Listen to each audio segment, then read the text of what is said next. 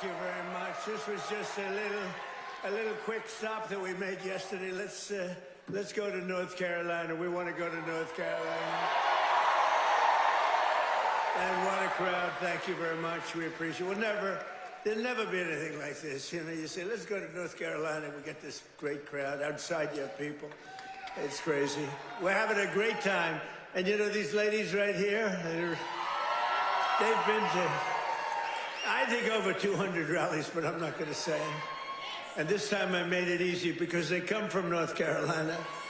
They didn't have to travel. Today they traveled about a half an hour, right? Isn't that nice? Instead of traveling all over the country. They're unbelievable. And you look better than you've ever looked, and I'm not allowed to say that. You know, if you say that, if you say a woman looks beautiful, which you do, it's the end of your political career. But I don't care. You look beautiful. Well, I'm thrilled to be back in this incredible state with so many proud, hard-working American patriots, which is what you are. Let me begin by wishing each and every one of you a very Merry Christmas. Remember, they didn't want to say Merry Christmas when I first started. 2016, we don't want to say Merry Christmas. They said, I said, no, we're going to bring back Christmas. And they don't say that anymore. They don't want to say it, but they don't talk about it anymore because they got shellacked. We're here tonight to celebrate 11 incredible months. It's been the most successful first year of any president in the history of our country. It's true. It has been, isn't that a big statement? But it's a statement that you read all over the place. I mean, who could have done better? I don't think anybody could have done better than us, not me, than us. We're in this together. Since my inauguration, we've created more than 53,000 North Carolina jobs, including 8,000 North Carolina construction jobs. More than 150,000 North Carolina residents have been lifted off of food stamps. They're very happy about that. And after your horrible hurricane, which produced more water damage than any hurricane in history, the Democrats let you down. They really did. Remember, they wouldn't do anything. Remember? They wouldn't go to your community. They wouldn't do anything. You had to wait till January 20th when I took office that we really knocked the hell out of it. Remember? As soon as I took office, I got in on January 20th, and first thing I did was made North Carolina phone calls, and we did a hell of a job. Did a hell of a job. You'd still be sitting in the mud if I didn't get elected. You would be. People were sitting in the mud. But I helped rebuild your state, and I didn't get any help from the Democrats, not your governor, not your man that's running, by the way, for Senate against Michael Whatley, who's phenomenal. Michael Whatley is incredible. Your previous governor was a disaster. He's also a radical left person, by the way. He's radical left. You don't want him. He doesn't represent you. And look at the crime. Look at what's going on with all the crime here. The slitting throats and stuff. I never saw that with you. Now all of a sudden that's what we see. You got to get Michael Whatley. It's going to be so important. He was so great. Don't forget, I took Michael and I put him as the head of the party because he did so great. We won the state all 3 times, and it was like a rock. He didn't allow cheating in the second time. I watched all these states, boom, boom, we're leading. People went to sleep, it was over. Then they dropped ballots, they cheated like hell. The only good thing is this is a far better term than it would have been had I done it the more traditional way. It really is. It's a more powerful term. It's a more powerful term, and the biggest news of all is yesterday, it was announced that inflation is far lower than anybody expected. I told you. Beating every one of the 61 forecasts from the so-called geniuses, the experts. We're the geniuses, not them. We now have the lowest core inflation since March of 2021, and we're just getting started. It's unbelievable. And that's despite taking in billions and billions and billions, hundreds of billions of dollars in tariffs. Remember they said, oh, the tariffs will cause inflation. Just came out with the best inflation report we've had in years. And lots of cash, too. In fact, 1776, right? $1,776 goes to our military. You know, it was $1,775, and that was the number. You know, that was just a lump. I said, you know, if we had $1, we got $1,776. Somebody said, that's genius. I said, well, I'm smart. I said, for $1, and I'll get these ladies who are loaded with money to pay for it from North Carolina. Their husbands can write a check in 2 seconds, take care of it. No, think of it, for $1 more. They said, I can't believe we didn't think of that. Only hours ago, I left a meeting at the White House where we cut the cost of prescription drugs by 300, 400, 500, and even 600%. And I'm doing what no politician of either party has ever done before, standing up to the special interests and demanding lower prices for the American people. This is what we're doing. You know, it's called favored nations. And nations all over the world were screwing us. We would have prices that were 10 times higher than the prices they were charging in London and in Paris and all over the world. We had the highest prices for drugs because we had politicians that wouldn't. I did it at the beginning, at the first, but then we had a thing called, you know what happened, COVID? And it was sort of hard to go after France and Italy, say, listen, on top of all your COVID all over the place with everyone dying, we want you to pay a lot of money for drugs. You can't do it. But we did it, and nobody's ever even thought of doing it before. I've negotiated and really did it directly with 17 of the world's largest drug companies, as well as foreign nations that were taking advantage of your country for decades, many decades. For years, Americans have been paying the highest drug prices anywhere in the world by far, 10 times more sometimes, 15 times more, while other countries pay drastically less for the exact same drug made in the exact same plant, in the exact same country. But under my most favored nation, you know what that means? It's a legal term. Drug pricing executive order. I just signed a couple of months ago, and it's now being implemented. We have declared that the United States will now pay the same price as the lowest price of any country anywhere in the world.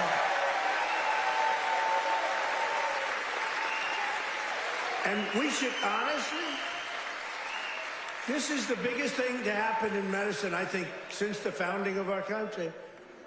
You know, I don't mind. They actually have a great location. You know, we've had people that look so good behind me that some of them went to Hollywood and actually did very well. You know? See, they may have a better location, but nobody's going to Hollywood. They can only see the back of your head. Look at all the television. Look at all those cameras. It's crazy. But we did something nobody's ever done before. Nobody's tried. Nobody thought they could do it. Don't forget, the drug companies turned out to really do the right thing. They really did. And they were there at the White House today. You saw them. Some of the biggest companies in the world were there. The rest of them are coming next week. But the big problem was foreign countries. They would have to take their drug and raise it from $10 to $20 to $30, maybe to $100, maybe 10 times more. But it really doesn't work that way because the world is a bigger place than the U.S. And so you're not going to have to raise it that much, but you have to raise it. And they always said for 50 years, they say, let the United States pay.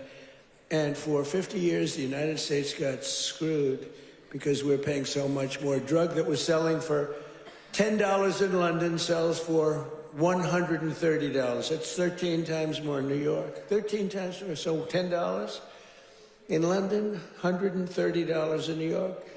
And now that drug will go up for the other country from $10 to only $20 or maybe $30. And it will come down from the United States of America to $20 from $130. Think of that. Think of that. That's the biggest price reduction. When you talk about cutting prices, cutting costs, and cutting prices, you talk about affordability. You know, the Democrats, they're the ones that got us into the mess. They're the ones that cause the high prices. And then they come out and they look at those fake news people back there. They go, this election's about affordability. They go, let's talk about it. No, I'd rather not talk about it. Because they can't. They're the ones that cause the highest inflation in the history of our country, which led to the highest prices in the history of our country. I inherited the mess. I got the prices down, and they're going down still further. Look at gasoline. A lot of areas now in our country, $1.99 a gallon.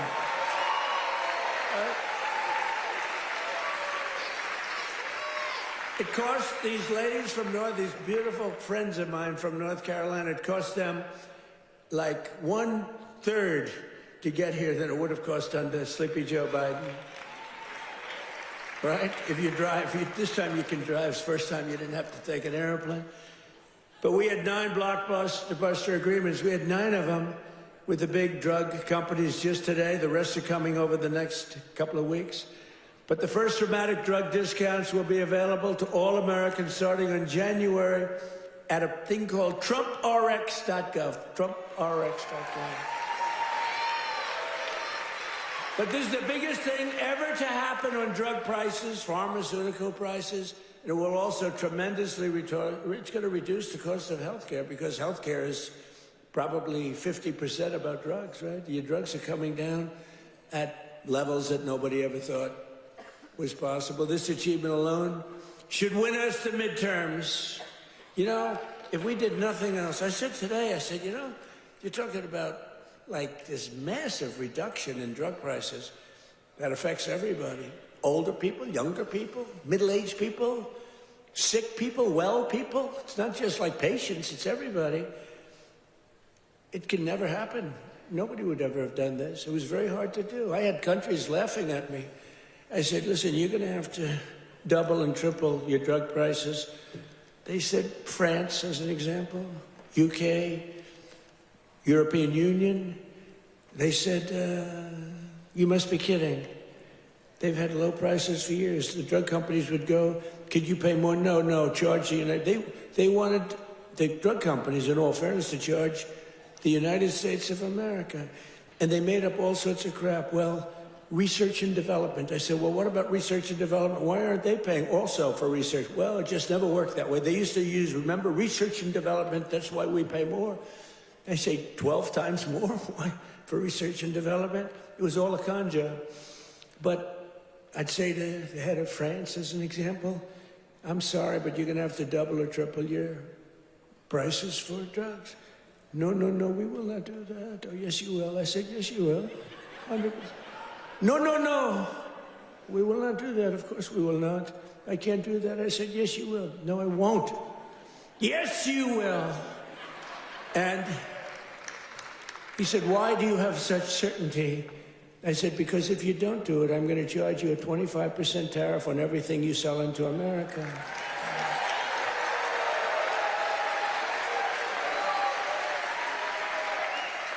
And I said, because that was really the sticking point. They just would do it. They told the drug companies for years, we're not doing it. We're keeping that pill at $10. We're not going to raise it. And the drug companies said, well, you know, it's unfair. I mean, they're paying 10 times more, sometimes 15 times more. That's okay, let them pay more. We're not paying more than the prices were stuck for years. And no president did anything about it. Sleepy Joe Biden didn't know he was alive. The last thing he cared about was this. He didn't care about anything. Just wanted to make it through. But they cheated. Look, he was surrounded by radical left. Hey, did you see on Mar-a-Lago, did you see how corrupt that was now? It's all come out. Wow. It's all come out. Some life. It's all come out. They were totally corrupt, radical left lunatics. Not stupid people, by the way. He was, but the people that really ran the country and that really ran the auto pen, they were not stupid. But think about what we've done. Under the Trump administration, America will not be ripped off any longer. So can you imagine these countries? And when I told you the example before, from $10 to $20, you know, that doesn't sound like much, but it's a doubling of the price. You know, that's a doubling of the price. And if it went to 30 or 35 or 40, you know, that's still a doubling, tripling, or quadrupling of the price. But I said, at 25% tariff, it's much more money than what you're talking about. So they would say to me, all countries, you know, obviously they said no at the beginning, and they would have told a normal president no, and that would have been the end of the conversation. So they said no to me, and I said, no, you'll do it, 100%. And they said, what's wrong with this? 100%. I said, 100% that you're going to do it. The one asked me, why are you so certain? Why would you say that I would quadruple the price of drugs in France or someplace? I said, because if you don't, we're going to charge you a 25% tariff. That tariff is worth 5 times more money than you're talking about. And there was dead silence on the phone. And then when the gentleman, Emmanuel, is a wonderful guy, when he spoke, he said, you have a deal. Have a deal.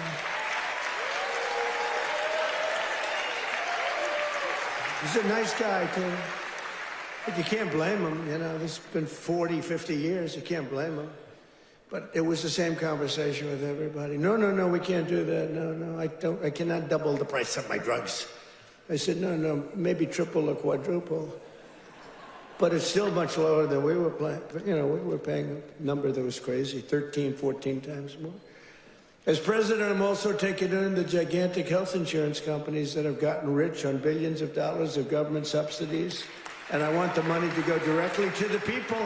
I want the money to be paid directly to the people so that they can buy their own health insurance, which will give far better benefits at much lower cost. By the way, what I told you about buying the drugs at this massive dollar discount, it's like from where it is, that's going to have a huge impact on the cost of health care.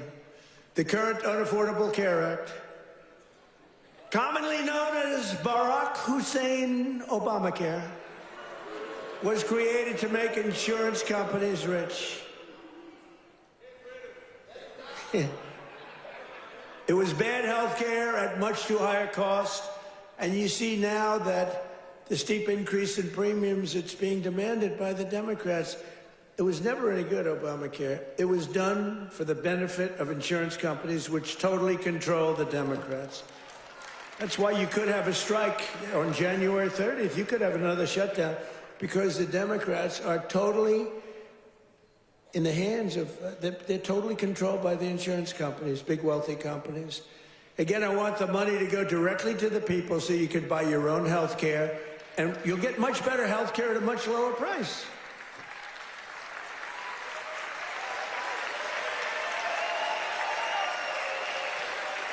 And the only losers will be the insurance companies that have gotten rich. How about these companies?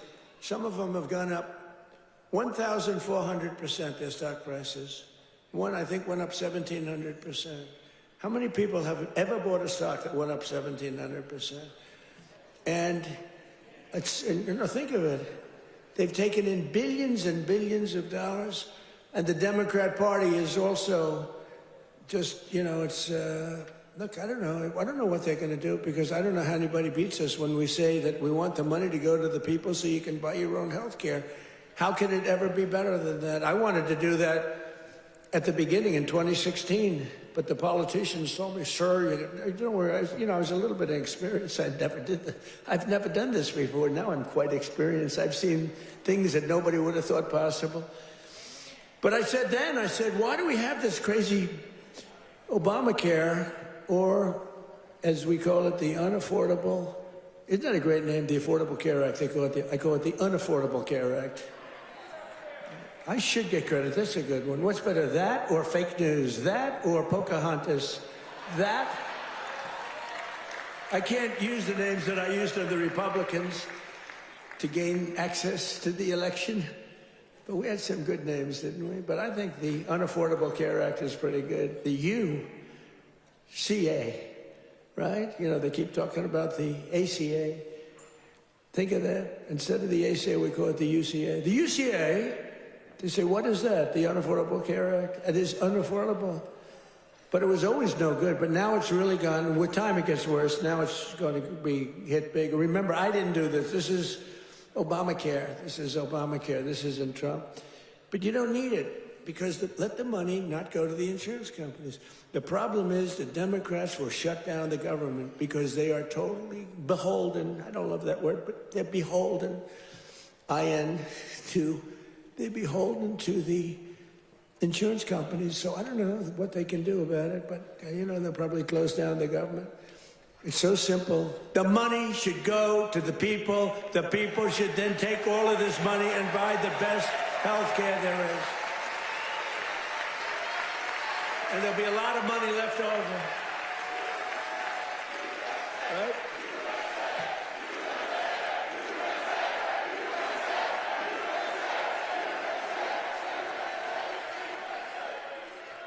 But they'll not be happy.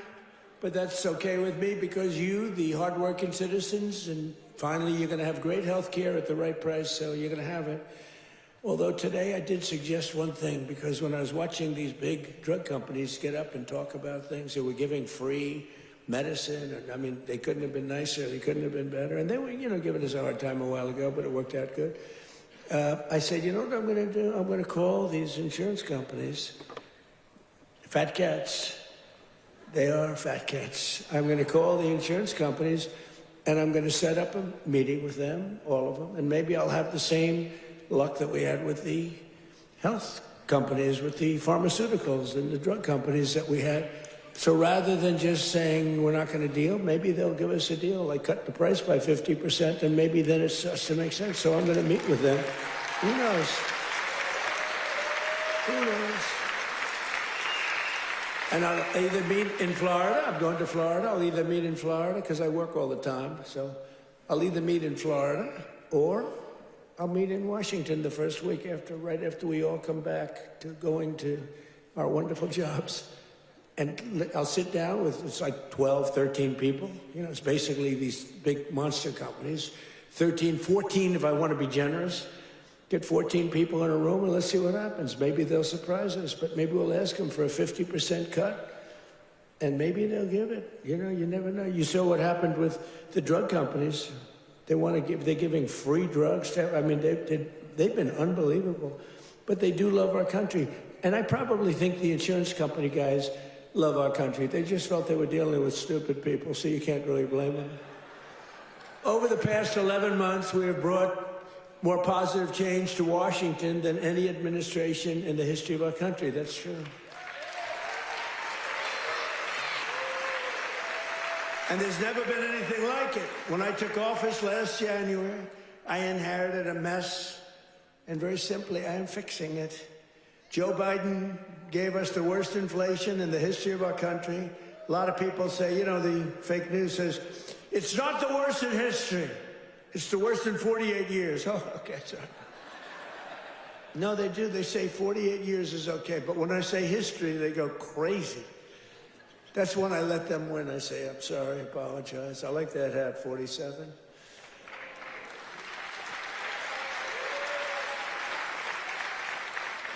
It's nice, actually.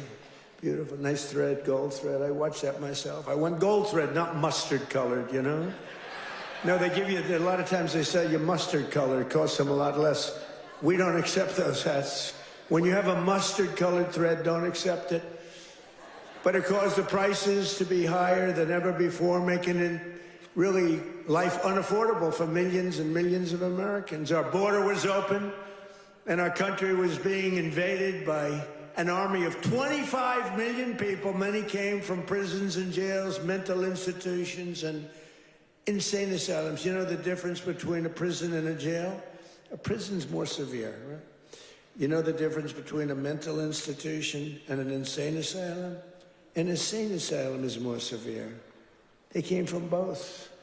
They were drug dealers, gang members, and over 13,000 murderers, more than 50% of whom killed more than one person. Think of that. They killed more than one.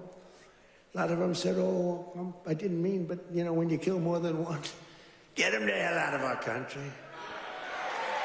How How about that incident with that horrible monster that killed the young, beautiful girl from Ukraine, an animal? And to think we'll have been trials for years, and you'll get some nice liberal lawyer, and we'll say, oh, well, he had a bad day. Yeah, he had a bad day. He slit her throat. We had men playing in women's sports, transgender for everybody, crime at record levels, the worst trade deals ever made.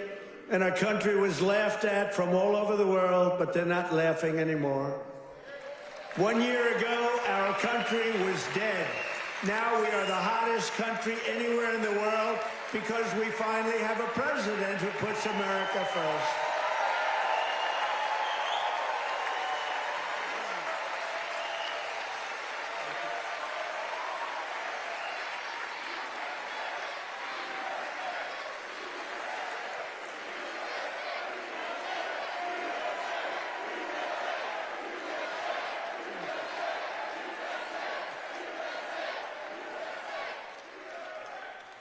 The last administration and their allies in Congress looted our treasury for trillions of dollars, driving up prices on everything at unprecedented levels.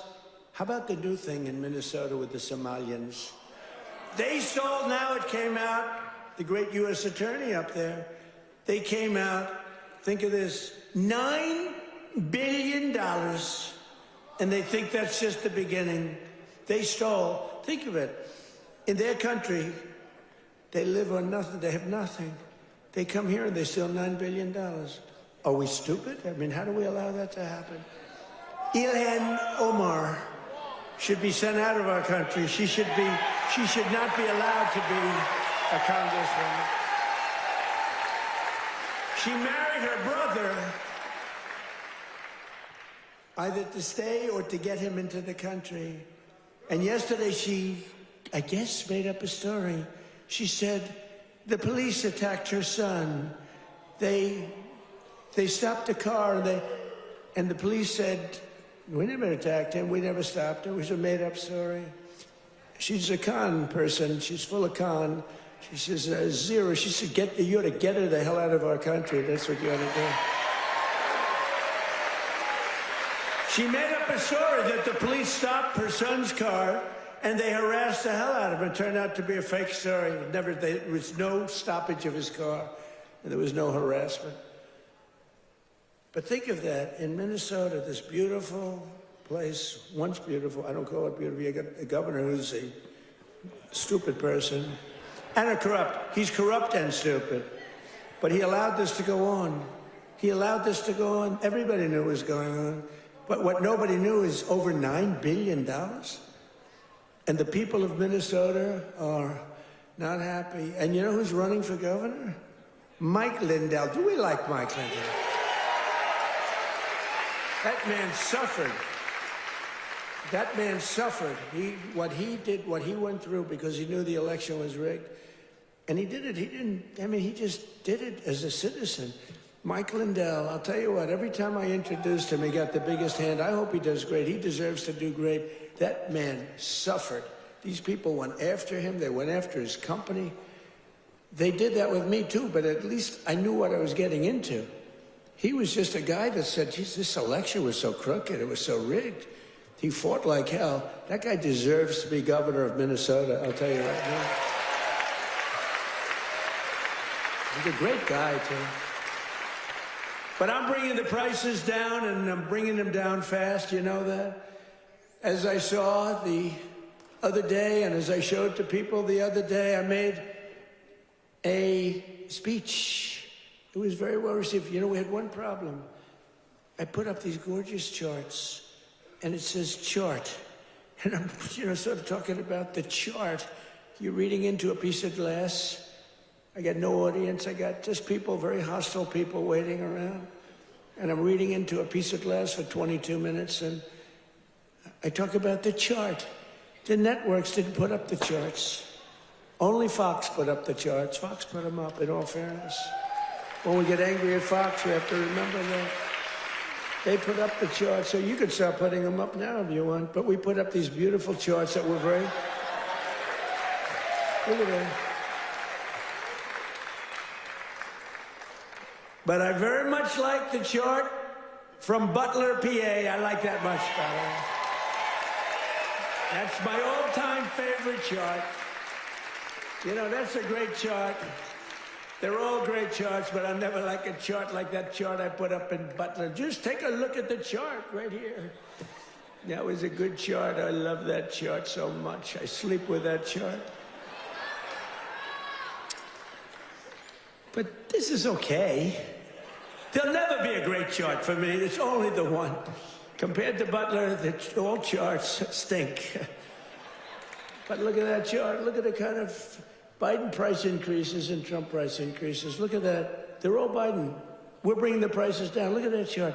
NBC and CBS and ABC fake news. They're fake news. Oops, that camera just went off. Sorry about that. Every time I mention that camera, you know, you see the red light back there being, you see it go off. ABC fake news. I think ABC's the worst. Believe it or not, George Slopadopoulos, he paid me about $16 million. You have George Slopadopoulos. I heard Chris Christie lost his job. They fired Chris Christie. And they have a great young woman taking his place who happens to be Hispanic and happens to be phenomenal. She's going to do a great job. But they fired Chris Christie. I guess, you know why? He wanted to eat all the time. No, they fired him. He was bad news. But I'd say ABC is the worst of the networks. I would then say NBC is horrible. I mean, just horrible. They had this guy on, this fake guy, the fake senator. I call him the fake senator from a place called Georgia, right? And he was talking about all the, you know, things. He says he's a church leader. You know, it's funny, if you go on as a church leader, they talk about church and state, right? He's allowed to talk about it. He said, I'm going back to my church and I'm going to pray this morning. I'm going to talk about all these issues. If a Republican said that, they start screaming church and state. They don't scream. But NBC's really bad. And CBS, I mean, I love the new owners of CBS. Something happens to them, though. 60 Minutes has treated me worse under the new ownership than... They just keep treating me. They just keep hitting me. It's crazy. And then you have Marjorie Trader Brown, I call her, because green turns to brown under stress. So I call her Trader Brown, which I don't like doing because 2 words is too much. 2 out of 3. We're changing to Marjorie Taylor Greene. I'm going Marjorie Trader Brown, so I have to trade. And a lot of people don't understand 2 words is too much to change. I actually like Marjorie Taylor Brown better, but everyone says Marjorie Trader Greene is good, but they're all good. But what the hell happened to her?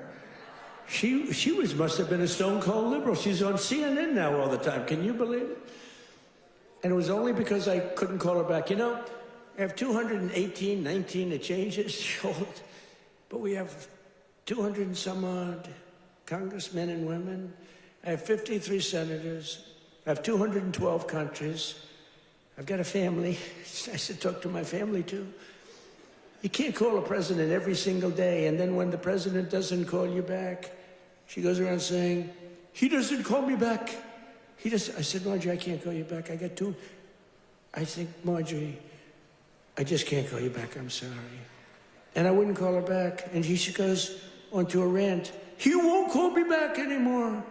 Sorry about that. You know, you can only go so far. Yeah, once a month, once every week or 2 weeks, but you can't, you know, highly neurotic. Her, not me, but I'm neurotic too. I think I'm probably very neurotic too. I always say controlled neuroses is good. Being neurotic, no good, but if it's controlled, that's okay. It gives you some energy. But what the hell happened to Marjorie Trader Greene? It's unbelievable, but she dropped out because I wasn't going to endorse her, and the person I would have endorsed was going to kill her in the polls. So she dropped out. And then they talk about how brave she is. No, brave would be to stay.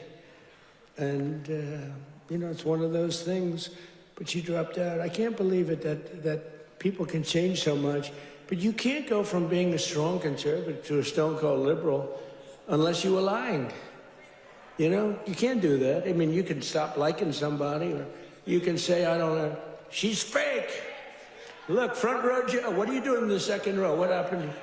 Well, you're in the front row. That's good. It's front row Joe. I don't know who's been there, the front row Joes or you? It's pretty close, I think. Very different, hey, very different types. Would you stand up, please, in the front row? Just stand up. Look at these women. Look. How incredible they are. Right? Even front row Joes will admit they're very great, right? Look how beautiful they are. People like you built our country. You built our country. And that's why we love you. You built our country. The people in this room built our country. Under Sleepy Joe Biden, car prices, gasoline prices, hotel rates, airfare, and more went up 30 to 75%. Now they're all coming down. We're all coming down. Take a look at that. Isn't that beautiful to look? The same is true with groceries. The price of a Thanksgiving turkey was down by 33% compared to Sleepy Joe's high-priced era. Don't forget, when you have the highest inflation in history and or 48 years, do we think 40, and look, in terms of a speech, I think 48 years is the equivalent of history. Do we agree? Can we say?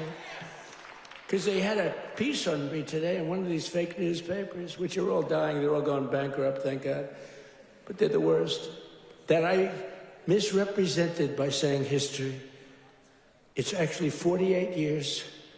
And I said, you know, that's not a bad misrepresentation, I don't think. The price of eggs is down 82% since March.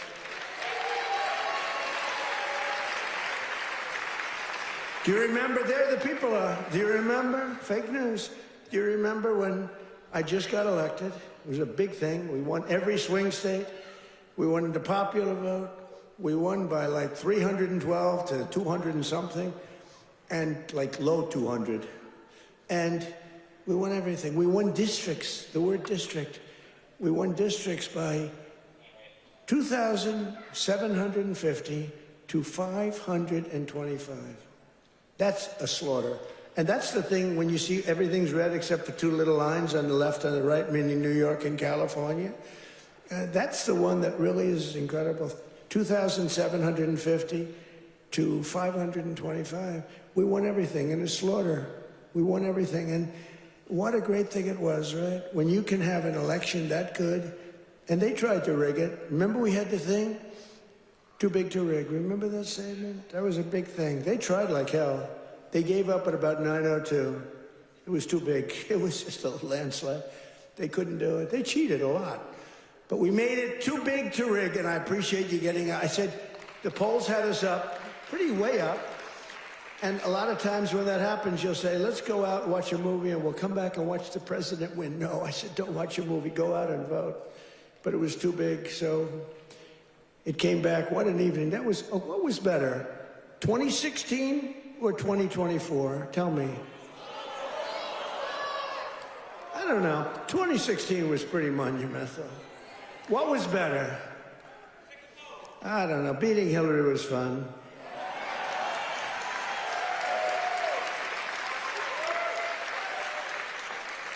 Well, Hillary has a much higher IQ than Kamala. I would say, I think Hillary has probably 50 or 60 points higher. Now, Hillary was smart. She was nasty. Whew, I wouldn't want to go home to her. She was nasty. Remember, she was a nasty person. I was going to use the B word. I said, my wife would not be happy. My wife always says, please, please don't use foul language. You know who else does? Franklin Graham. He says, President, he says, I love your speaking ability, President. You're a great speaker, although nobody says it. You know, I get these big crowds, but did you ever see the press do a story that I'm a great speaker? They say, oh, he looked tired. Oh, he's this. Oh, he's that. Yeah, I mean, it's crazy. I get crowds, the biggest crowds in history of anything, not only of anything. They never say, he gave a great speech tonight. in front of 45,000 people. Look at the crowds that we get, are the biggest crowds ever. Before the election, we're getting 80, we had 117,000 people show up in New Jersey.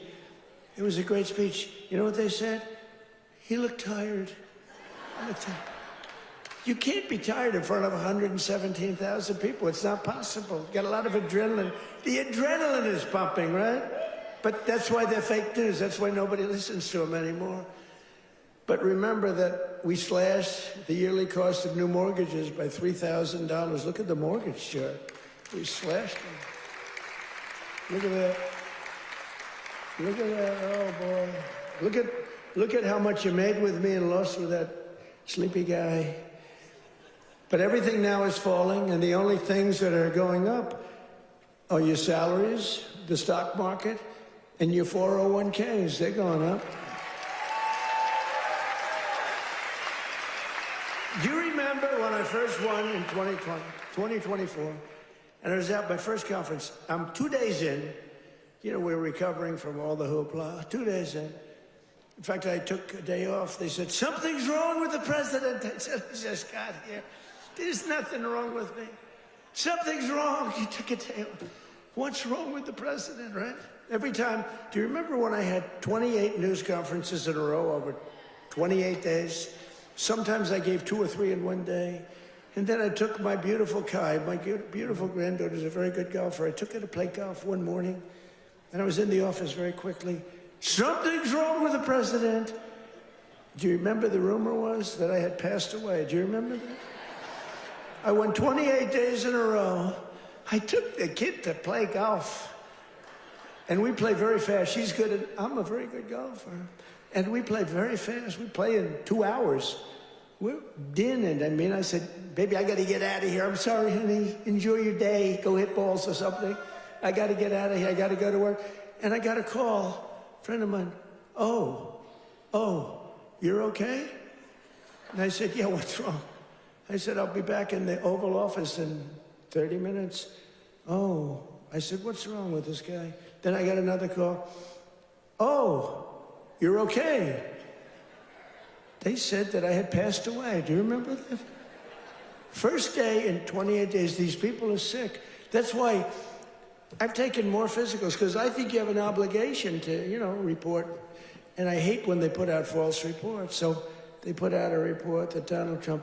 So I took a lot of physicals. And I did something no other president's ever done. I took cognitive tests. Because I know that, and by the way, not easy.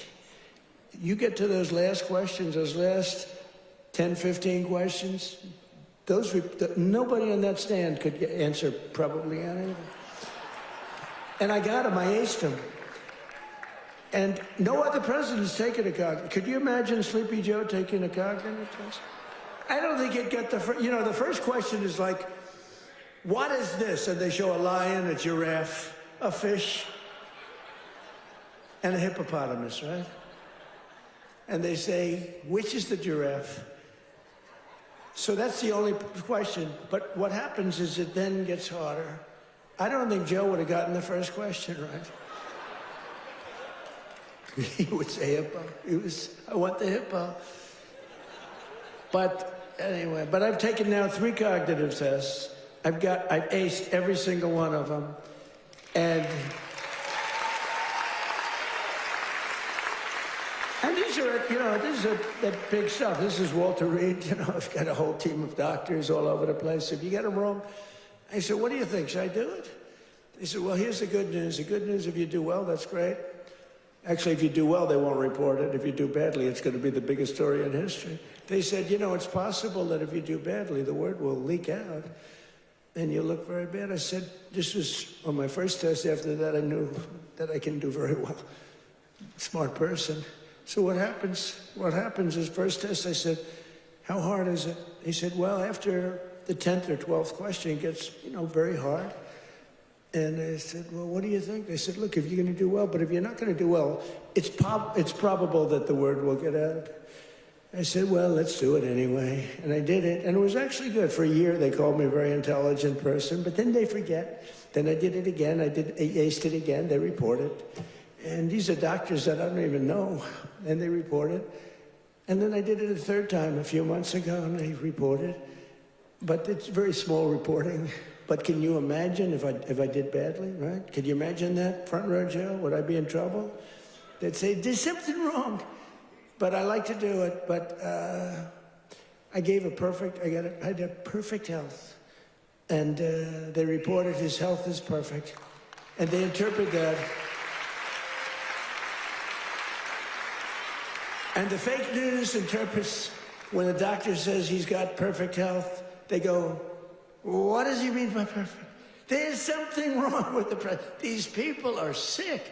Now, there will be a time when perhaps it won't be 100% true with all of us, right?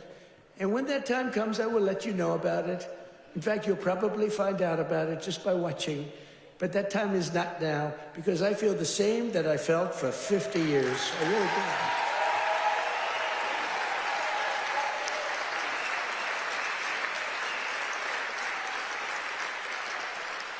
But we have I think we have an obligation to, at least report your health. But I will tell you, to me, because of what happened for 4 years, I really think having a cognitive test for presidents to take a cognitive test is very important. I think it's very important. I'm hearing that they say it's, not with Biden. They said it was not constitutional. That was the least of his problems.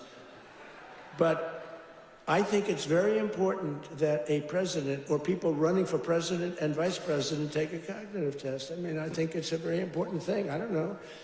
They say you shouldn't do that, it's unjust, it's not constitutional. They say all these things, but I do. I really believe that. Under Trump, wages are rising much faster than inflation for the first time in many years. Think of that. Wages are rising faster than inflation. That's what it's all about, right? And we're delivering lower prices and bigger paychecks. And the wage chart that you see up there is incredible. That NBC didn't put up and the networks didn't put up. There are more people working today than at any time in American history. And very importantly, while tens of thousands of new jobs under Biden were government jobs, there were government jobs. I could do that right now. You saw it today, we had 4.5% inflation. That's because I'm letting go of tremendous numbers of government workers. We're replacing them. In fact, we've reduced the federal workforce by 270,000 jobs. That's not to be mean. That's to get them off. And they are getting jobs in the private sector, and we're helping them to get jobs. But if you have all government jobs, we're going to be, a country that we don't want to mention names because we don't want to insult, but we're going to be a country that cannot be great. 100% just came out, 100% of all jobs created since I took office have been in the private sector. The only way to make our country great. Think of that. Think of that. 100% of the jobs created are in the private sector. Now, if I want to make some good numbers, I'll add 300,000 jobs. I can do it with one phone call. Each agency hire 25,000 people today. They hire them immediately. They pour in, and the 4.5% would be down to 2.5% in a matter of moments. I could get it down to zero. Hire a couple of million workers. Please. Oh, the country's booming. We're down at zero, but.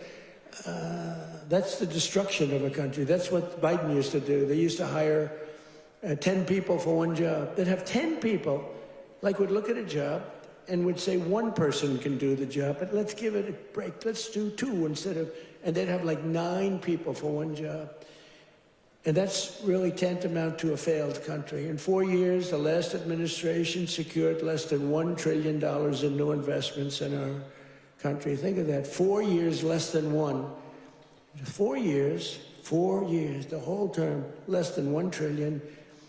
In 10 months, I have secured a record-breaking $18 trillion more. They gave us doom and gloom, and I'm building the Trump economic boom. It's a boom. It's a boom. These factories, auto plants, AI plants, We've never had anything like it. I ended the radical left's war on American energy, terminated the Green New Scam, and signed an order to drill, baby, drill. We're drilling. You see where gasoline's coming from? Gasoline is now substantially lower than $2.50 a gallon, and many, many places now are under $2 a gallon for gasoline. And within the next 12 months, we will have opened 1,600 new electrical generating plants. That's a record all time.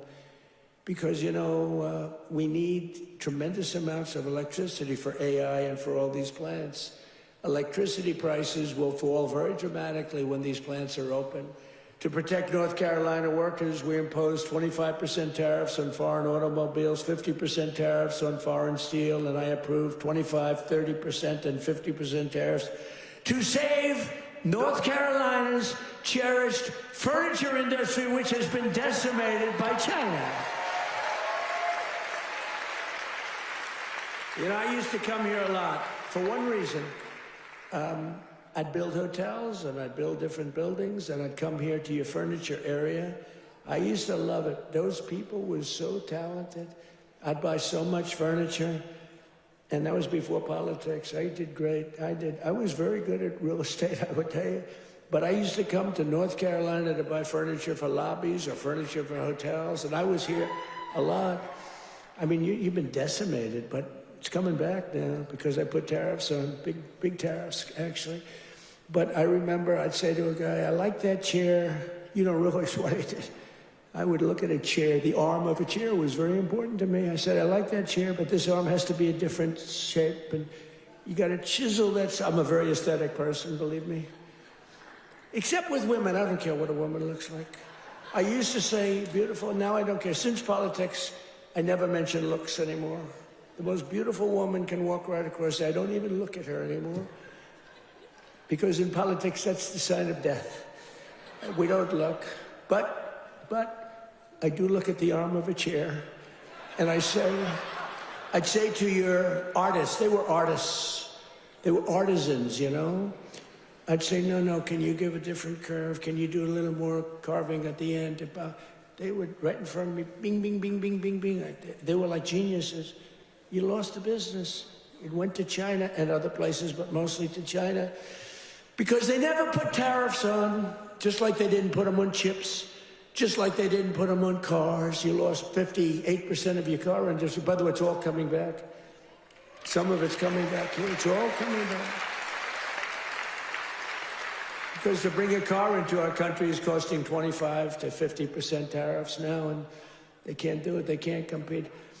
Tariff is, and I won't say it because it gets me in trouble, my favorite word. I know I want my fifth favorite word. Do you remember when I said the word tariff is my favorite word in the dictionary? Remember that? And then the fake news got me. What about religion? What about God? What about your family? What about your wife? What about your children? I said, oh, they got me in this one. So now tariff is my fifth favorite word. And now I'm okay. It's my fifth. 5. Now I'm okay. But starting in the new year, the people of North Carolina will also see the dramatic results of the largest tax cuts in American history, including no tax on tips, no tax on overtime, and no tax on Social Security for our great seniors. No tax for our seniors. Tell me what? Let's do a poll. Because, you know, these pollsters charge you $1 million to ask a question, then they just write down an answer. They don't do polls. It's a total con job, some of these polls. One thing I don't like about Fox is their pollster. Total fake. Their pollster's the worst. They've been saying they're going to get rid of him for 10 years. The fake pollster, then you have the election, you win by numbers that are like through the roof. But Fox has been treating me good. They have great people there. Sean Hannity is great. Jesse is great. Laura is great. Greg is great. They're all great. We have great people. The morning is excellent. Who, what? Which corruption? Where? Oh yeah. Well, we have to do that. We're going to take care of that. We're going to take care of corruption in our country. I mean, I was talking about Fox. I don't know. He's talking about corruption. No, it's okay because he's on our side, but he's just a little ahead of me. He's talking about corruption. I'm talking about Fox, how good the anchors are. Right? But they are really great. They are very good. But the pollster's no good. You know, he's no good. The pollster's terrible. But we still get good numbers. But the numbers are actually much better than that. But we're joined tonight by Heather Whitley, a bartender and server in Nashville, North Carolina, who will save over $5,000 from no tips. Think of that. From no tax and tips. Heather, where are you, Heather? Are you here, Heather? Where are you? Where are you? You want to come up? You want to come up? Come on up. She's going to save over $5,000, no tax on tips, toward a down payment on her first home. So, Heather, congratulations. Look how amazing she is, right? Come on up. I don't know how you're going to get up that stair. Are you okay? Look at her. She has no problem. Somebody else would not be able to make it. Thank you, Dad. Nice to see you. Want to say something? Go ahead. Well, it's been a tremendous help. It's now allowed me to invest in my first home, and that is the American dream for all of us. I don't have much to say, sir. Good. Thank you so much. You said it perfectly. Thank you, Dad. Thank you.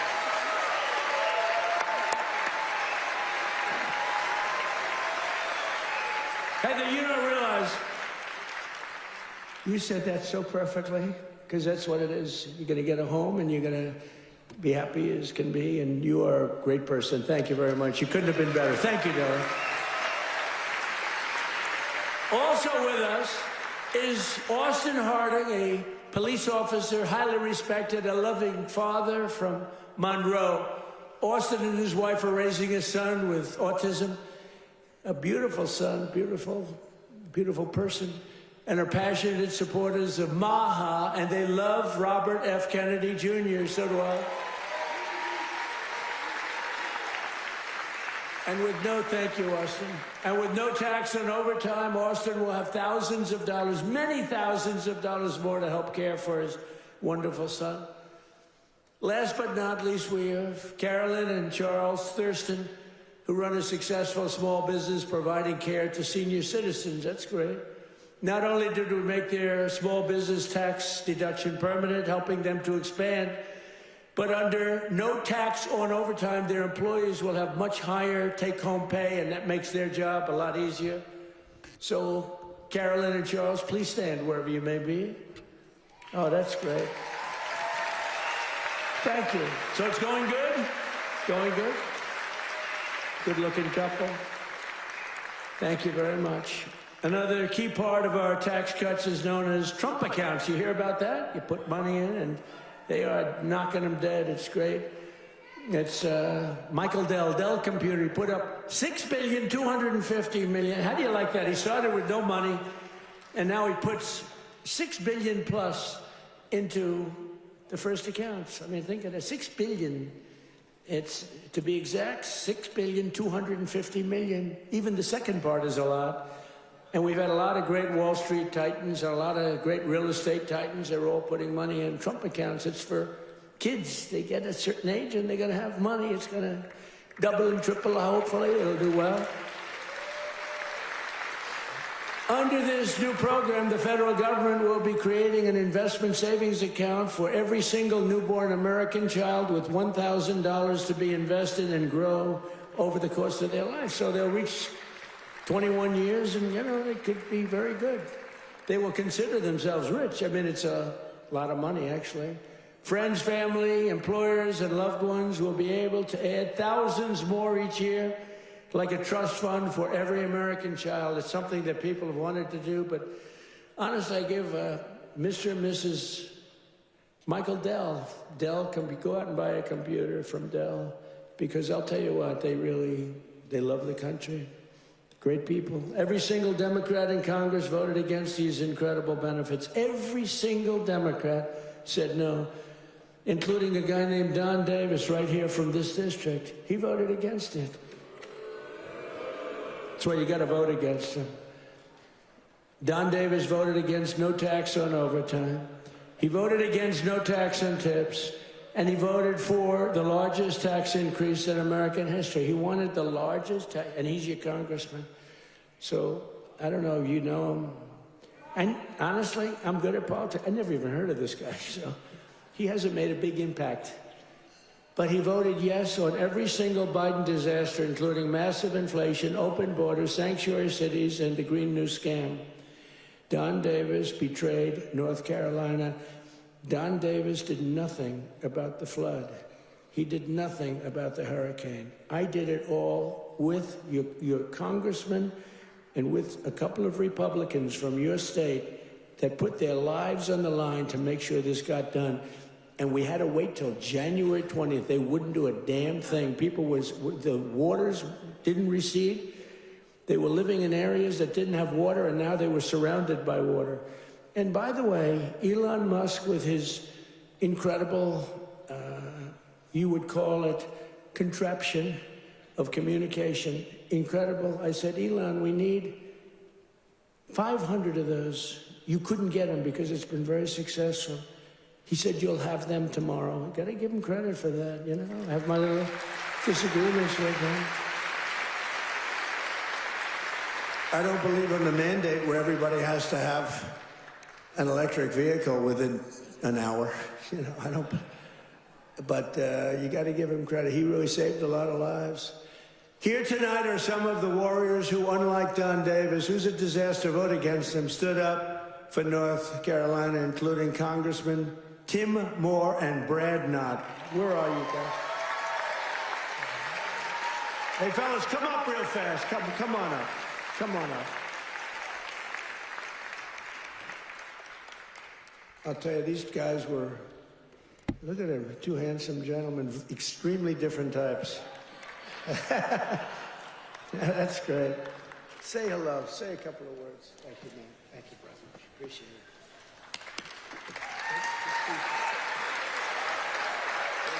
Well, everybody, I was with the president when he had his first trip once he took the oath. And where did he come? North Carolina. As we gear up for the midterm cycle, where's the first state that President Trump has come? North Carolina. He knows what you know. It's the people that make this country great. It's not the government. It's not regulations. It's people just like you. And let me just tell you this. The fight is long. It's hard. I'm new to this, and I have been amazed at how hard the president is fighting for you. So let me say this simply and with my whole heart. Stay with us. We hear you, and we're going to keep fighting for you. Thank you so much.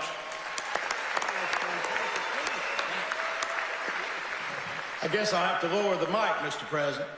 Let me just say, echo what Brad said. I cannot think of a better president in the history of the United States. Someone who loves this country, who does so much. Mr. President, I don't know how you do it all. You make the Energizer Bunny look slow. It's absolutely incredible. The leadership that this man shows, not only in our country, but on the world stage. We are finally respected around the world again, and that is not an accident. Mr. President, North Carolina loves you. The United States loves you. Thank you for what you're doing.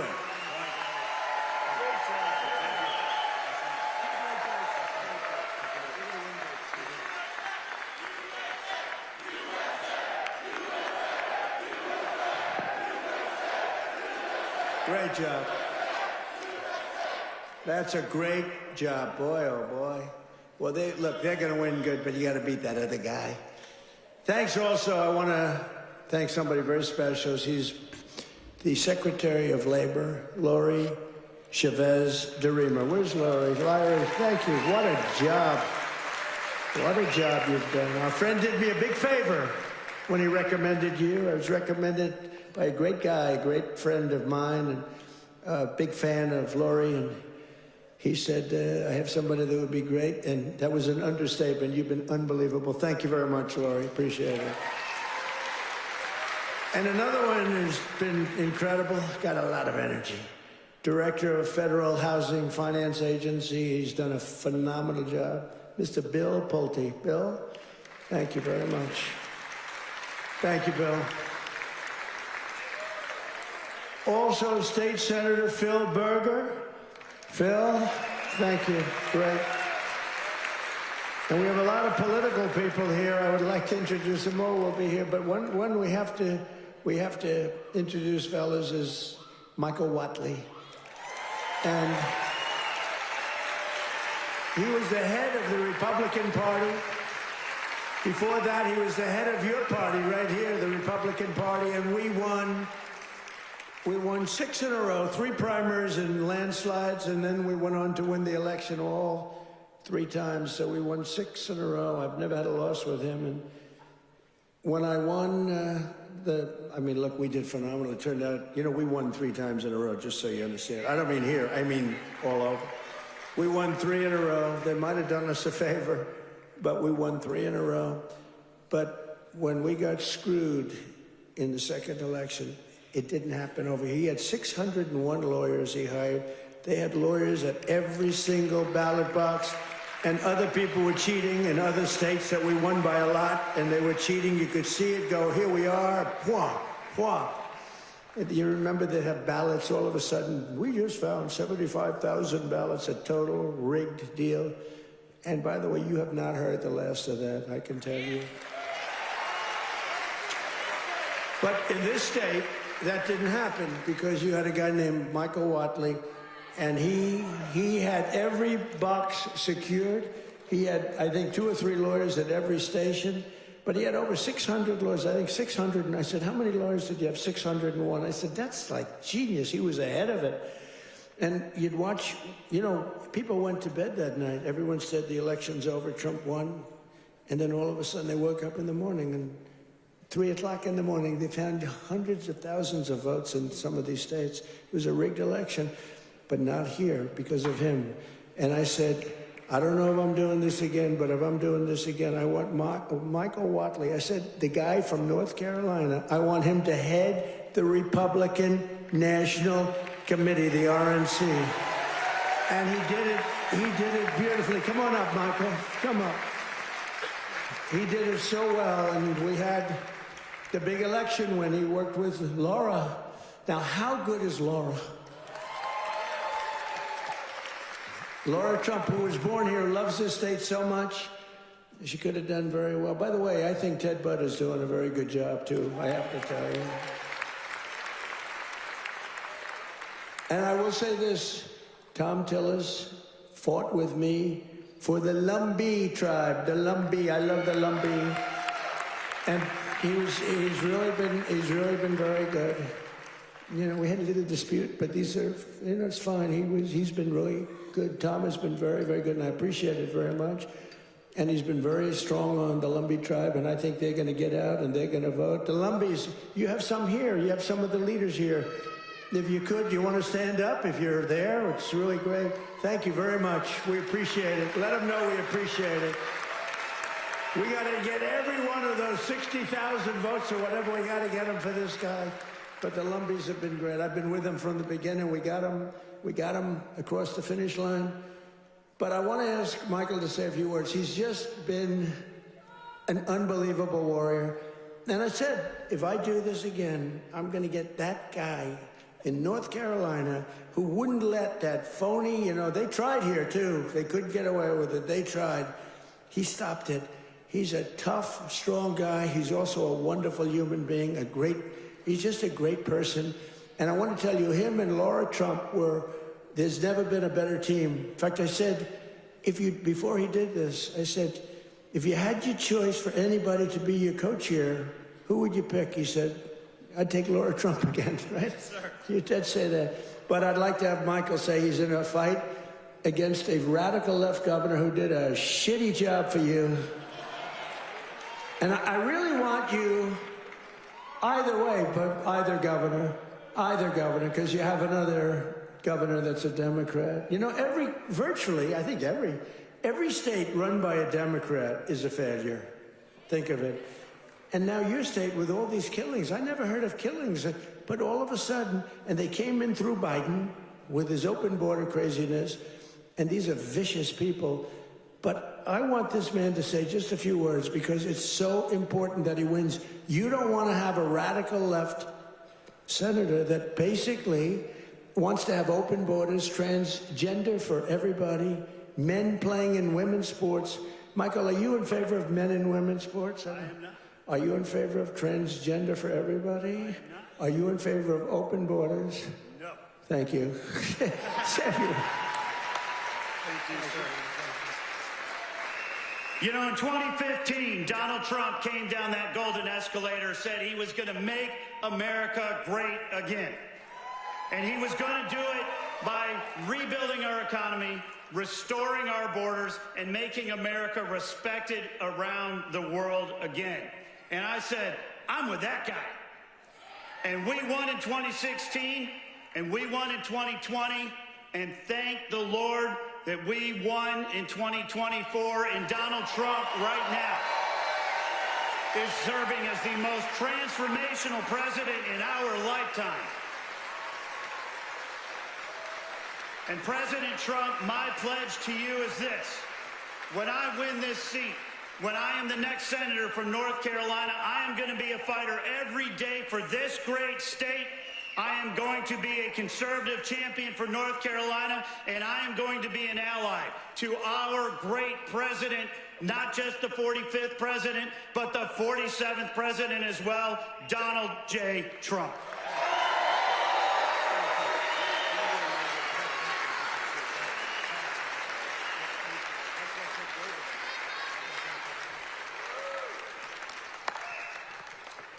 What a great guy he is. So get out and work for him. I hope you can get your group of about 70 women to go out and do it. We can get all the front rows, and we got to win. He's a good man.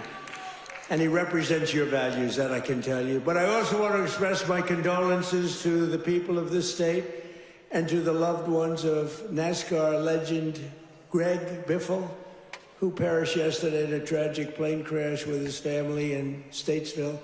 I met him twice. He was just a great young man. And what a tragedy that is with his whole family. So I just want to pay our condolences, our love. Please. I'll tell you, North Carolina will never forget them. He and his family were incredible people. Together, we've achieved more in less than 1 year than most other administrations achieved in 8 years, which is true. Most of them didn't achieve much. Within a matter of weeks, we ended the invasion of our southern border. For the past 7 months, 0 illegal aliens have been allowed into our country. Think of that, 0. And that's made up by Democrats. A feat which everyone said was impossible. Biden and the radical left Democrats in Congress turned North Carolina into a dumping ground for tens of thousands of third world migrants, driving up your rent and your housing costs. According to a government report, over 60% of growth in the rental market came from foreign migrants, paid for by the federal government, by the way. Paid for by the federal government, you, the taxpayer. Mass migration fueled mass inflation, but now we are fixing it, and we have record-setting deportations, and we're really focused on the bad people. We're really focused on the bad people. We have farmers who are great people. They know what they're doing. But we're focused on the bad ones. We're getting the murderers, the drug dealers. We're getting the ones from prisons. We're getting them the hell out of here. We're focused very strongly on that. For the first time in 50 years, we're seeing reverse migration as migrants go back home. We're saying, go back home, please. And we want the bad ones to go back home because those are the ones that caused the problem. And think of Washington, D.C. Outside of the terrorism attack from 3 weeks ago. And by the way, that young, beautiful man is doing well. You know, the We thought we lost both of them. And we lost one who's looking down on us right now. But it looks like he just stood up. Can you believe it? He stood up today for the first time. Two great people. Sarah's looking down on us, and from heaven, she was incredible, doing so well. But he's doing, they were both about the same. We thought we lost both of them. Hit in the same area, if you can believe it. He was hit hard. But he's, and his mother, Monica, I spoke to her the night of, sir, he'll be okay.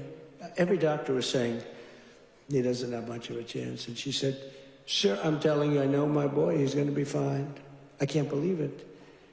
And literally, actually yesterday, he stood up. And he's talking a little bit. I mean, the whole thing is incredible. The mother, I've never seen anybody like that. I never saw anything like it. And she was so positive. She said, I'm praying, and everybody's praying, the whole country's praying, and there's no way he's going to have any problem. He's going to be just fine. It's not even that he was going to make it. It was like, he's going to be fine. Incredible person.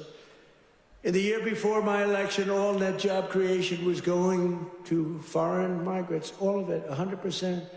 Since I took office, 100% of all net job creation has gone to American-born citizens. The migrant invasion also brought massive crime. What's happening with the killings in North Carolina is indescribable. I mean, for the first time, you're in national news all the time with the killings. That's because you're run by Democrats. 2 weeks ago, an illegal alien from Honduras who entered under Biden walked onto a train in Charlotte with a large knife and brutally stabbed a passenger multiple times in the chest. The same savage criminal alien had previously been arrested 2 months earlier, but he was released by authorities to pillage and kill, which he did. Also recently in this state, you saw this one. Nobody could watch it. Another monstrous criminal with 14 prior arrests plunged a knife into the throat of an innocent young, beautiful girl, Ukraine. She was from Ukraine, who was sitting on a train. You could see she was scared to be there. You could see that, right? Everybody knows what I'm talking about. She walked onto the train. She was afraid to be there. What happened to North Carolina? You didn't have that condition.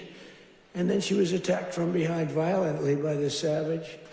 No one can ever forget that look of shock and terror on the young woman's face. It happened so fast as her murderer walked down the train car, dripping with blood all over. Passengers are looking at him. They're saying, what is that? There's blood pouring out from every part of him, from the knife. For years, radical left politicians have been releasing bloodthirsty, violent offenders and criminal aliens back onto your streets under our leadership. We're finally getting illegal aliens and vicious felons off the streets and throwing them out of our country, or in some cases, putting them in the toughest jails in the world because, frankly, we don't want to let them into their country because we don't want to take a chance that these animals will come back. We're restoring law and order in America.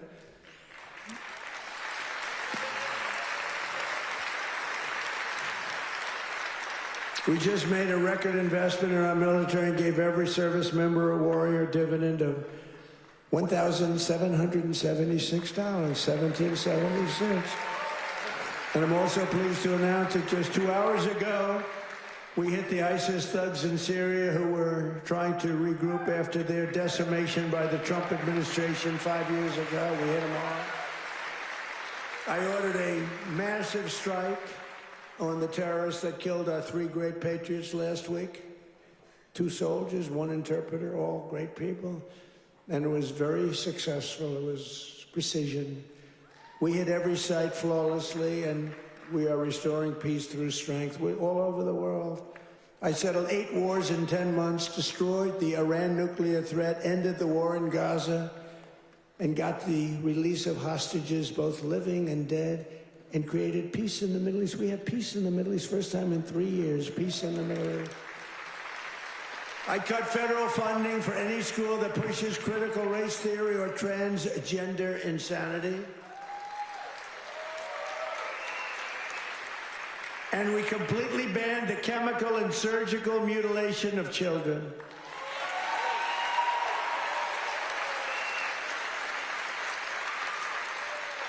Can you believe I'm standing here, 2025, talking about I banned the surgical mutilation of children? Could you imagine 15 years ago saying that? People would say, this guy's crazy. What the hell is he talking about? The surgical mutilation of children. I banned it. And it's a wonderful thing I did. But can you imagine having to even say it? Or can you imagine having to say that we are keeping men out of women's sports? Frankly, that's less important if you want to know the truth, but it's very important. The surgical mutilation I had to ban, and I did, I banned it. But we're also keeping men out of women's sports. Have you seen some of these records? Have you seen the long distance race? One of these races go all day. They had champion women. They had some very good men, but not the champions. And one man won the race by 5 hours and 14 minutes and 12 seconds. 5 hours, 14 minutes. Think of that. Won the race by 5 hours. What do? Your parents go back home, go to sleep for a few hours, and come back and meet your daughter, and she's supposed to be thrilled? What kind of crap is that? Or the weightlifting records, where people that never lifted a weight before are going into the women who are fighting national championships, almost Olympic championships, and they're lifting 112 pounds more, and they've never done it before? Or the boxers that are getting decimated? You saw the Olympics where they had two people that they converted from men to women. They did a conversion. And the one young woman from Italy, a championship boxer, she got hit by a left jab. A left jab, for those that don't do it's just like a defensive punch. She got hit. She walked to her corner. She said, I've never been hit like that. I quit. Then they said, no, go out. You can do it. And then he gave her another left jab. That was it. And she said, nope, I can't do it. It's so demeaning to women. And they don't stop. I saw the other day on one of the shows, I think Meet the Fake Press. I'm pretty sure it was that stupid show. And they had a congressman that you all know, a Democrat, saying, no, we have to allow men to play in women's sports. Where do these people come from? Or how about open borders? They're fighting for open borders. If I didn't get elected, our country would be ruined. We would have not had a country. I'm telling you, I'm not bragging about myself. I'm saying we would not have had a country. And now we have the greatest country in the world. I'm telling you, hottest. We're the hottest. We're restoring the name of a great president, William McKinley, to Mount McKinley in beautiful Alaska. That they took the name off and they named it something else. And I renamed the Gulf of Mexico to the Gulf of America. Yeah. That was a good one. Well, I checked for my whole life. I don't know. I guess I didn't do it on my first term because I was the hunted. I had bigger problems. I had these animals trying to attack me at Mar-a-Lago. They went into my wife's closet. And I'll say this. Number one, it's very bad, but it sounds a little strange. They looked at her drawers. You have drawer, and then you have drawer. They looked at both. And she's a very meticulous person, like these people. It's just like she'd fit into your group very well. She'd be very happy with her. But everything is perfect. Her undergarments, sometimes referred to as panties, are folded, perfect, wrapped. They're like so perfect. I said, that's beautiful. It's the part of the world she came from. Everything was perfect, no problem. Fold, fold, fold. I think that she steams them, make sure. Just that we came home. I wasn't there when the raid took place. A raid of a popular president, a former president. She opened the drawers and it was not that way. They were a mess. It was all over the place. And she said, oh, what happened? That's so terrible. But it's terrible. That went into my young boy's room. These thugs are disgusting, and we cannot let them get away with this stuff. We have all the evidence now. We have all the evidence, and we have to do something about it. We have to do something about it. It's illegal and it's disgusting. You know, I brought a lawsuit, and I'm winning the lawsuit. There's only one problem. I'm the one that has to settle it. In other words, I am suing, and I'm the one that's supposed to settle it. So maybe I'll give myself $1 billion and give it all to charity. Does that make sense? You know, I'll give it to charity. Do you have any nice charities? I have to settle the lawsuit. There's never been a case like this. Trump sued. I sued a long time ago, and it's doing fine. It's a suit. And now, you know, we found all this stuff. Did you see where the FBI didn't want to do it, but the Justice Department forced them to do it? The FBI guys didn't want to do it. But the thugs and the DOJ wanted to do it. So I sued them, and and they do say that, you know, it's never been a case like this. Donald Trump sues the United States of America. Donald Trump becomes president, and now Donald Trump has to settle the suit. I hereby give myself $1 billion. Actually, maybe I shouldn't give it to charity. Maybe I should keep the money. No, a lot of people say, do it. No, I don't want to do it. But whatever happens, it's all going to good charities. Is that okay? It's all going to good charities. But isn't that a strange position to be in? I've got to make a deal. I negotiate with myself. From the skyscrapers of Charlotte to the rolling hills of Asheville, from the sand dunes of Kitty Hawk to the streets of Chapel Hill, and from the factories of Hickory to the small towns and family farms across your beautiful countryside in North Carolina, we are bringing prosperity, opportunity, and pride surging back to your incredible home. Together, we're pairing all these people together. You're coming together. You know, it's coming together like nobody's ever seen, but we're fixing 4 years of disaster and decline. The whole world was laughing at us for 4 years. They were laughing, taking advantage of us, friend and foe. And the friend was worse than the foe in many cases. On trade, they were worse. And we're beginning the greatest years in the history of our country. It's called the Golden Age of America. That's what's happening. We were a dead country. Now we're talking about the Golden Age of America. Think of it in 10 months. Think of that. So in conclusion, tonight, after just 11 months, our border is secure. Our spirit is restored. Inflation is stopped. Wages are up. Prices are down. Our nation is strong. And America is back. And every single day of this administration, we will keep on working for the hardworking citizens of America. We will fight, fight, fight. We will win, win, win. And with your help, we will make America powerful again.